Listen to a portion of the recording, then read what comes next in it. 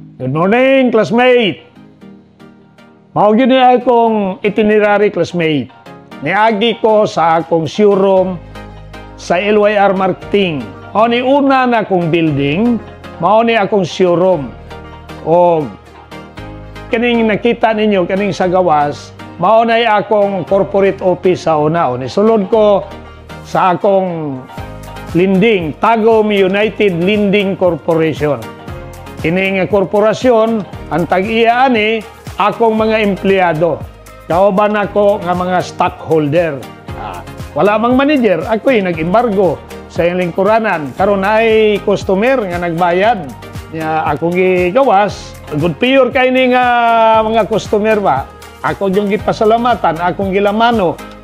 Kay nigamit og kwarta ng hulam, unya maing mo bayad. Ni amin pa yun sa ako ang iyang anak. Naog ko mga classmate. So mao ni akong showroom. Kumuadto mo dire sa LYR Marketing and Furniture Center, mao ni akong showroom. Una na akong building. So mao man gyud ni akong itinerary. Matag buntag bago kumuadto sa akong corporate office, mosuroy ko sa akong mga negosyo. Kanang akong kauban mao ni akong manager. Si Michael. Kumuadto mo diha, pangitaalan nyo ng manager, buutan man na kayo. Kani among mga display. Ako man ginasuroy, nabatasan gyud na ako kay ginatan-aw na akong arrangement sa display. Okay ba ang display? Kay kung dili may pagka-arrange, unya hugaw, may mong dili mo ganahan ng mga customer. So sanang customer sa LYR Marketing and Furniture Center, kaninyong tanan magpasalamat ko ninyo. Nagdako akong negosyo tungod sa inyong pagpatronize sa akong negosyo. Makita ninyo, manginan mong cellphone, manginan mong laptop, kumplito mi dire sa may LYR Marketing and Furniture Center. Ako yun ang ginasusi nako. Paingon ko dito sa may stock clerk, dito sa likod, kay likod ani murag nahimo man pud namo ning budiga sa mga motor. So akong gisusi, mao na siya mga brand new na nga motor, gibutang ra diha sa likod. Kay gamay ra man ang ma-display sa tubangan. Umuadto mo, pwede mo magpili, pwede mo magdiretso diri. Pasulod na ko sa akong office sa LYR. Lingkod ng manager, wag yung kumulingkod sa lingkuranan kay iya man ang lingkuranan. Ari ra ko diri nag-istorya mi. Mao ning mga staff nako. Mingaw pa ni mga classmate kay mao gyud pag-abli sa opisina alas 8 pas buntag. Dili padaghan ang mga customer. Akong gisusi, akong gipangamusta akong mga empleyado kung kumusta ba mo. Ay happy ba yan na sila pag bisitahon ako, lipay kay na ako mga empleyado. Siyempre, wala man ako silang isipa nga laing tao, giisip nako nga membro sa akong pamilya ang tanan nakong mga empleyado. Muna, unsay ako makita, mo instruction ko sa manager nga dapat dili nimo ibuhaton kini ang imong himuon. Akong gikomedyahan ang akong manager, ngano man ning gi-hire nimo dinhing mga empleyado, pulos man mga gwapa o gwapo. Tanaawa ra gud niyo. Ay sus kalami sa iyang isi. Kadungog gwapa o gwapo. Classmate, pagawas na ko, balhin na sad ko sa akong corporate office. Paingon ako ani sa akong corporate office. So, akong balikon, salamat kayo sa tanang customer sa LYR Marketing. Salamat sa inyong pagpatronize. Nainisulod nga customer. Taga La Pilipina daw ni kuha og motor. Ako gyud sang gipasalamatan, akong gilamano kay diri nagpatronize sa ako. So mo ni dagway sa unang building nako sa una. Dayan ako sa corporate office, sulod ko. Pag-abot na rin ay mga naghulat sa ako diha sa may loans, niadto ko sa may corporate office sa akong financing o lending.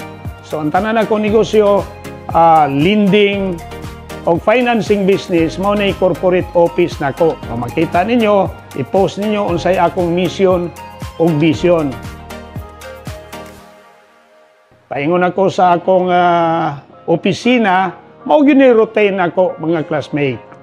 Sulod ko sa akong office, ang problema lang nako diri manakit akong abagag pinirma sa mga cheque. Ayan na Sugod na oh. Kana starring pirmi na.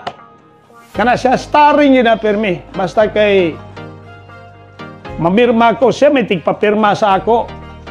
Yan ay nangutana, tama ba akong gipirmahan nga tsiki? Tama yun na siya, kay tulo na sila gatsik. Bago mo abot sa ako niya, routine na nang naanggihimo. Mga classmate, ni ako karon din sa akong isa ka private room, kay kung doon ay mga sekreto o nai-istoryahan ako nga walay dapat magkadungog, so niya dinhi. Kini para lang ni sa mga importante nga tao. Kamo mga classmate, importante mo para sa ako.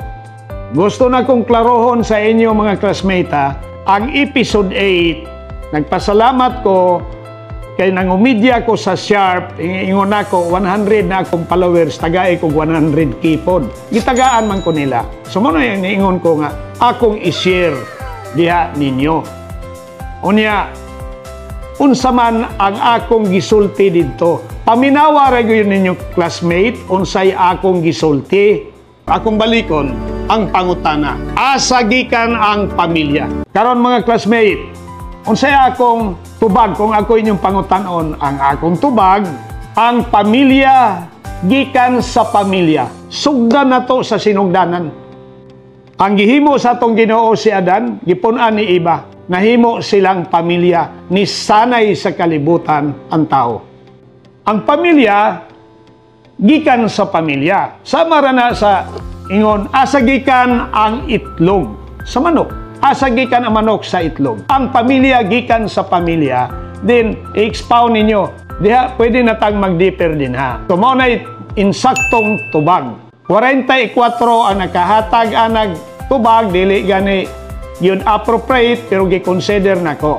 Pero out of 44, 24 ra ang nibalik og comment sa episode 9. Ang gusto na kong makita nga consistent every Sunday, nagasunod mo sa akong vlog, kay dili ni para sa ako, para ni ninyo. Episode 9, naanapod ko'y gisulti din ha, 1.7 ki ang nag-comment. Ang among nakita, upatra, unsa may akong gisulti.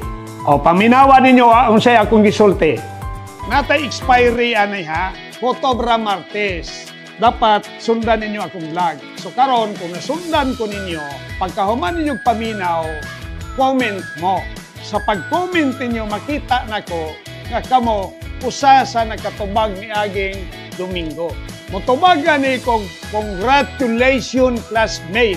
Bot pasabot, kwarta na kay Toke. Adto ka sa private message. Ihatag ang imong cell number. Tawagan ka na mo kung asa na mo ipadala. Pero pag once magkakwarta ko, ako ning i-share sa inyo mga classmate. I-share na ko sa classmate nga nag-import. Gumitan mo yung kong classmate. Pag-import tragon mo, tagay ko unsay dapat nga subject matter nga dapat natong istoryahan. Panahon nga inyong ihatag nako nga ideya himong subject matter, nanay grasyag panalangin sa Ginoo. Klaro kay akong gisulti. Daghan na nag-comment, tagas og comment, pero wala niyo nakuha kung unsa man ang essence sa akong mensahe. Not essence, ako'y sugyot ninyo. Kasi niingon ko classmate ta sa social media. Atong istudyohan unsaon pagpalambo sa panginabuhi sa Pilipino. Dili na ko gustong one way, ako ra. So nagsugyot ko ninyo, pwede ba? Tabangan ko ninyo. Tagay ko ninyo mga suhestyon. Unsabay mga gwapong subject matter nga pwede na akong hisgutan dinhi sa akong vlog matag Domingo. Giklaro na, natay expiry. Pag nag-comment ka na, as kaning episode 9, ni-comment karon wala na. Dapat kagahapon, 2 days na, Sunday, Monday, Tuesday. Kung mo-comment ka karon, Miyerkules na, dili na ako i-honor. Matag Domingo, doon ako i-life lesson nga ginashare sa inyo, mga classmate. Nag-import yung ko. Kunya, timanin ninyo ha, mga classmate, ni ako din nag-vlog ko, dili para sa ako, para ninyo. Every December, ang kumpanya mismo na yung mga budget. Iagi na kong social media. Sundi ragod ko ninyo, mga classmate. daghang grasyag panalangin nga pwedeng mo abot sa inyo. Daghang kayong salamat o sa makausap pa ako magaingon. Kung ikaw na'y pangandoy, may handom sa kinabuhi, trabaho salig sa Diyos ug labaw sa tanan, salig sa imong kaugalingon. Good morning, classmate!